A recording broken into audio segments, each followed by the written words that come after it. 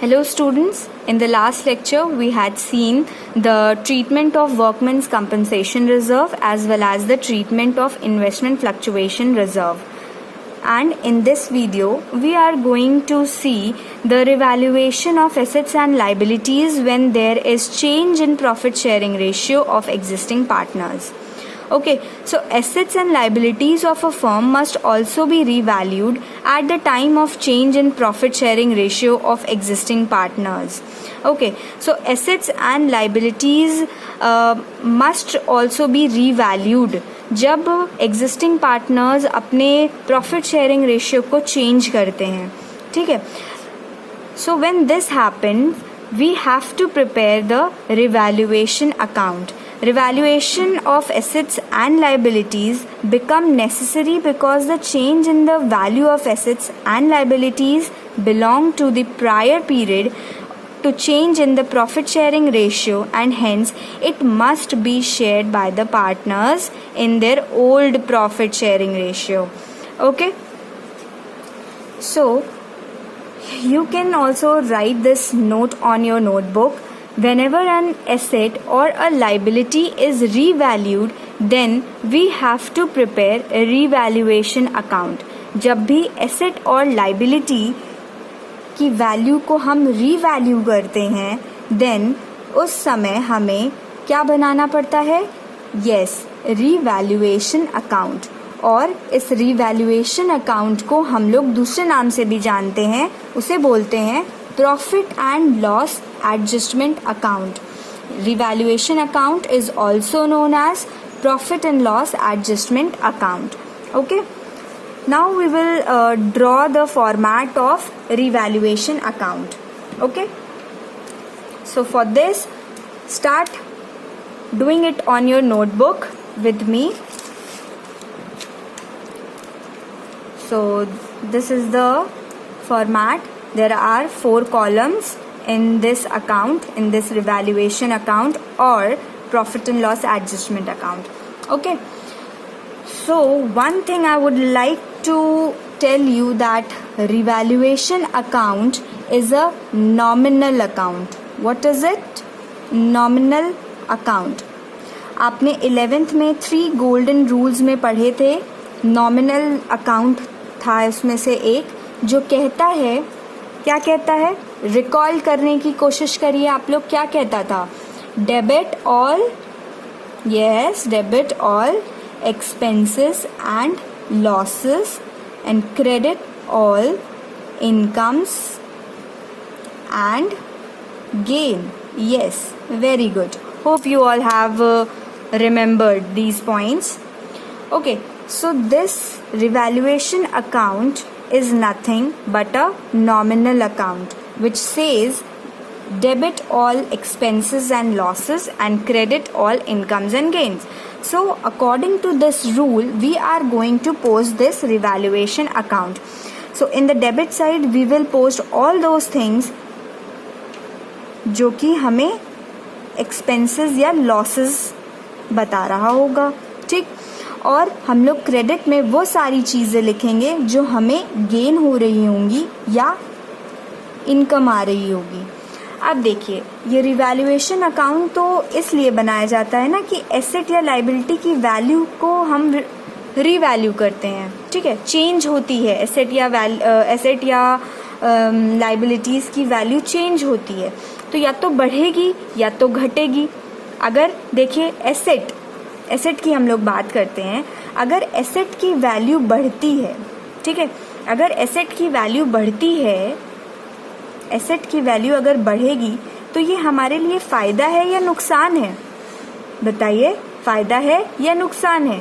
Yes, ये हमारे लिए फ़ायदे की बात है. अगर हमारे एसेट्स बढ़ रहे हैं तो ये हमारे लिए फ़ायदे की बात है.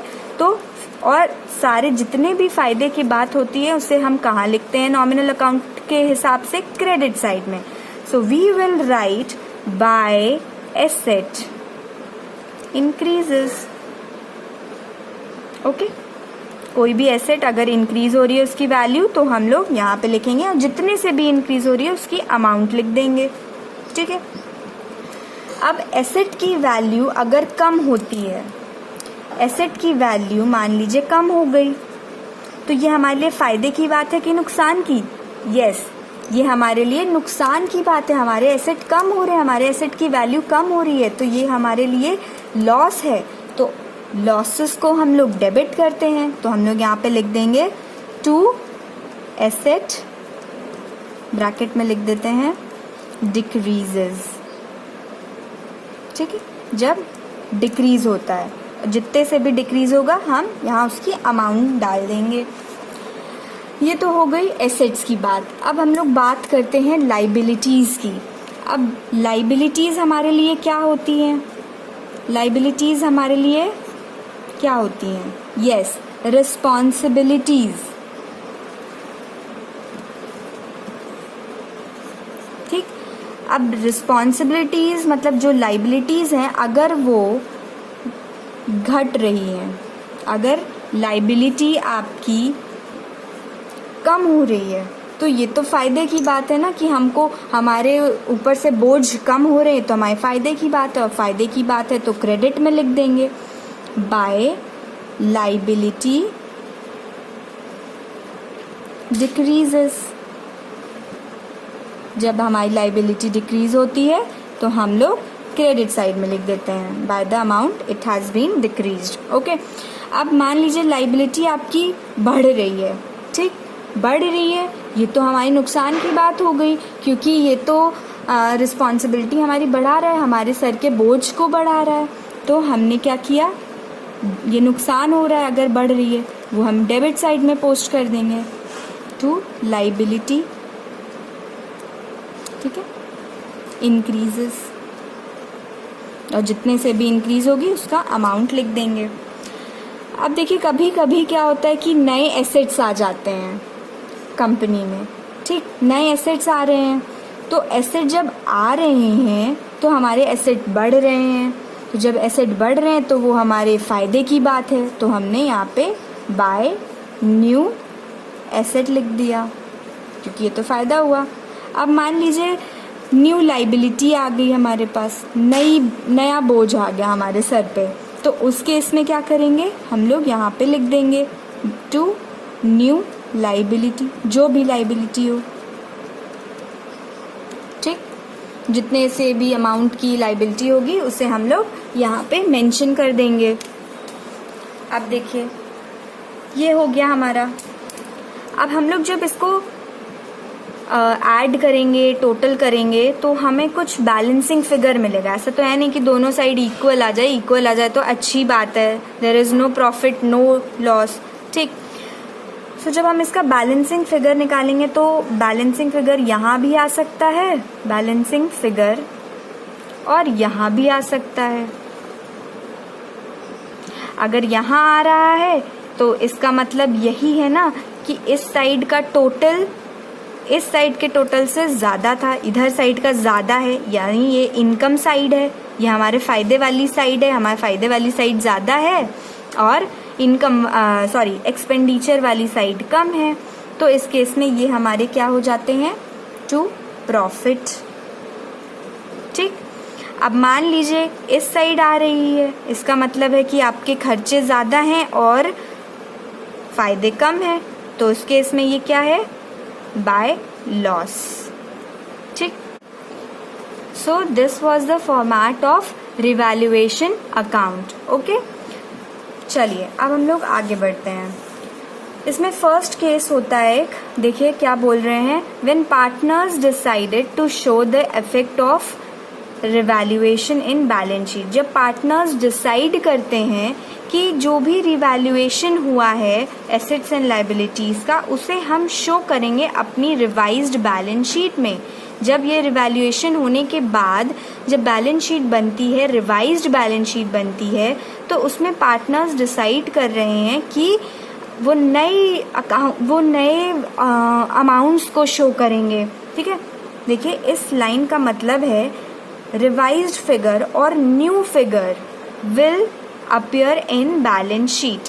ठीक है, ये आपको क्वेश्चन में मेंशन होगा कि आपको जो बैलेंस शीट बनानी है वो रिवाइज्ड फिगर्स के थ्रू बनानी है। ठीक, तो अगर क्वेश्चन साइलेंट है तो भी हम लोग यही वाला केस करेंगे। तो इस केस में हमें क्या करना होता है, अगर प्रॉफिट हो रहा है, ये अगर आपका प्रॉफिट हो रहा है, इस साइड बैलेंसिंग फिगर आ रहा है, तो उस केस में आपको क्या करना होता है, revaluation account debited to partners capital account.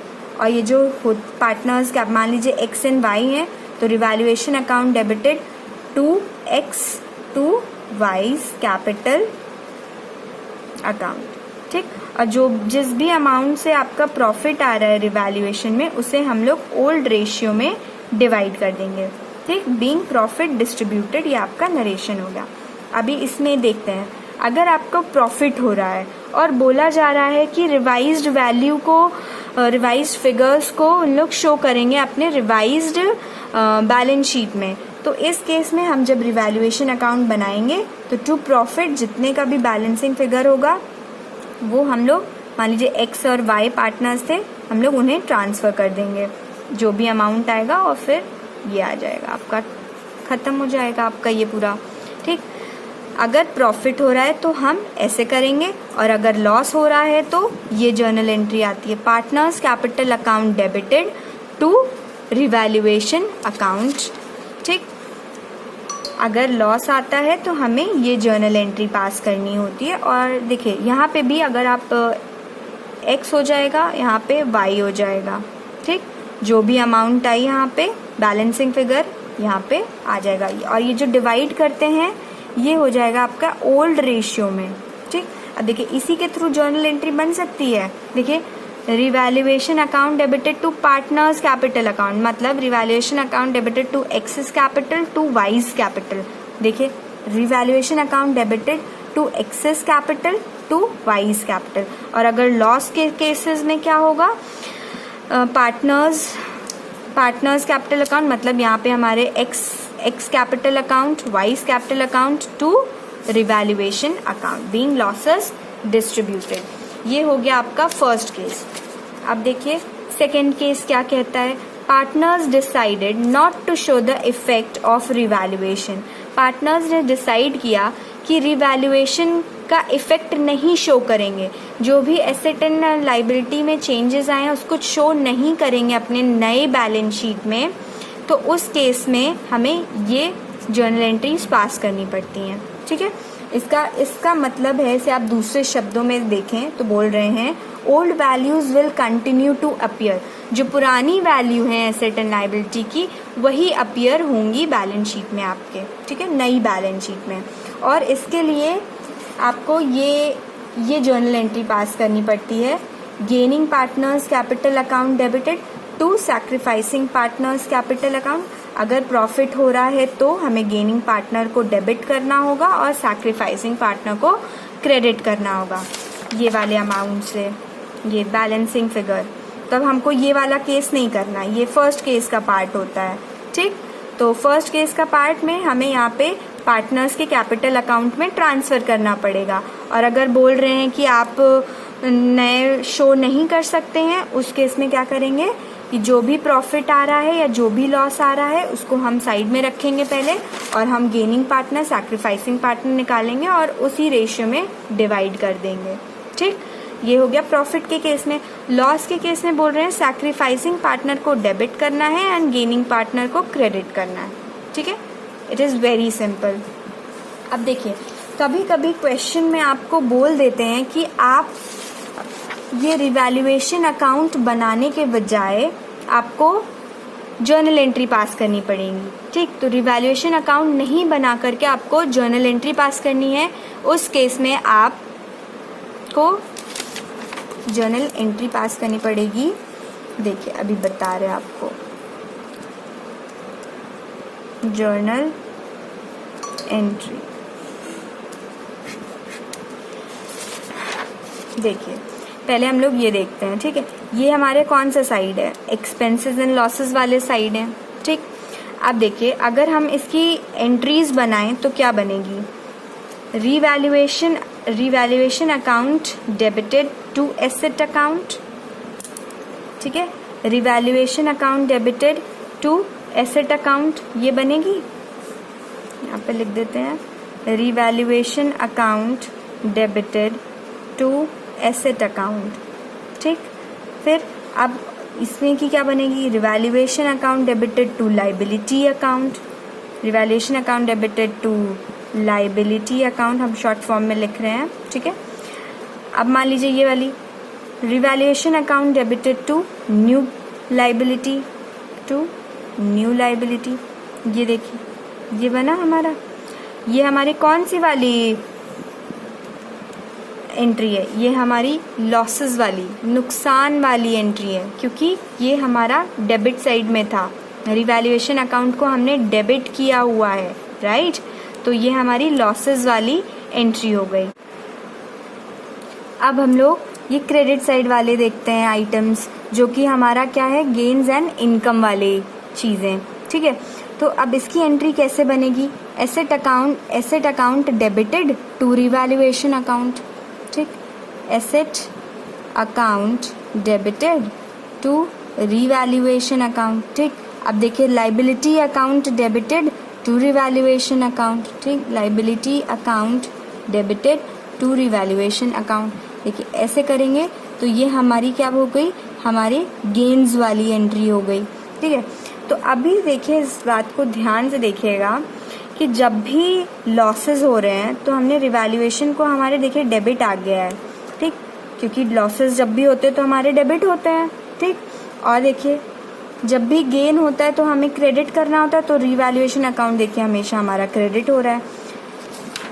So in that case देखिए जर्नल एंट्री नंबर 1, ठीक है, देखिएगा revaluation account debited to asset. जब भी हमारे एसेट कम होंगे, जो कि जब भी हमारे नुकसान हो रहे होंगे, तो हम उस रिवैल्यूएशन अकाउंट को डेबिट करते हैं। ठीक है, और एसेट की वैल्यू देखिए कम हो रही है, एसेट की वैल्यू जब कम होती है तो हम उसे क्रेडिट कर देते हैं। देखिए दोनों बात सही हो गई, बन गई। ये देखिए नॉमिनल अकाउंट के हिसाब से जब भी आपको लॉस होता है उसे हमें डेबिट करना है। ठीक है, हमने कर दिया। देखिए आप यहाँ से भी आप मिला सकते हैं। हमारे देखिए revaluation account debited to asset account, मतलब जब हमारी एसेट डिक्रीज हो रहे हैं तब की बात है ये।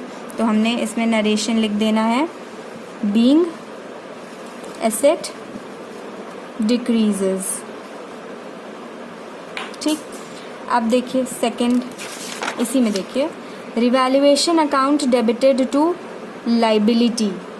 ठीक है, जब हमारी लाइबिलिटी इंक्रीज होती है तो हम टू लाइबिलिटी इधर लिखते हैं और हमारी एंट्री बनती है revaluation account debited to liability. ये देखिए revaluation account debited to liability. ठीक, revaluation account debited to liability. ये नुकसान हो रहा है, मतलब कि क्या है यहाँ पे, बीइंग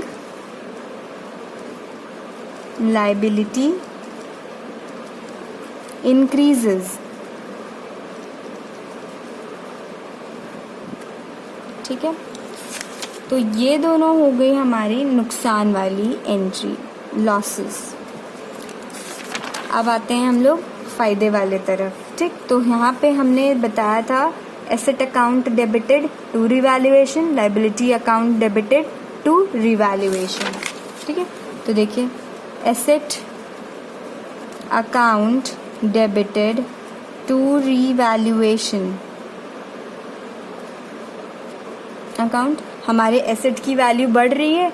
ठीक, तो हमने एसेट को डेबिट कर दिया, और अगर और जब एसेट की वैल्यू बढ़ती है तो हमारा इनकम होता है, तो हमने रिवैल्यूएशन को क्रेडिट कर दिया अकॉर्डिंग टू नॉमिनल अकाउंट। ठीक, तो ये हमारी एंट्री नंबर 3 हो गई। यहाँ पे हम लिख देंगे बीइंग एसेट इंक्रीजेस, ये हमारे फायदे वाली एंट्री है।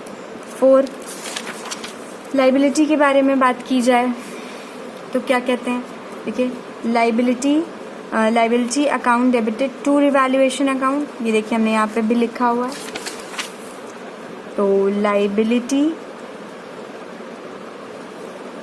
account debited to revaluation account. ठीक, इसकी एंट्री आ जाएगी being liability decreases. जब लाइबिलिटी डिक्रीज हो रही होगी तो हमारे लिए तो फ़ायदे की बात है, हमारे सर से बोझ कम हो रहा है. ठीक, तो ये दोनों हमारी क्या हो गई, प्रॉफिट्स वाली एंट्री. ठीक है, गेन्स वाली एंट्री.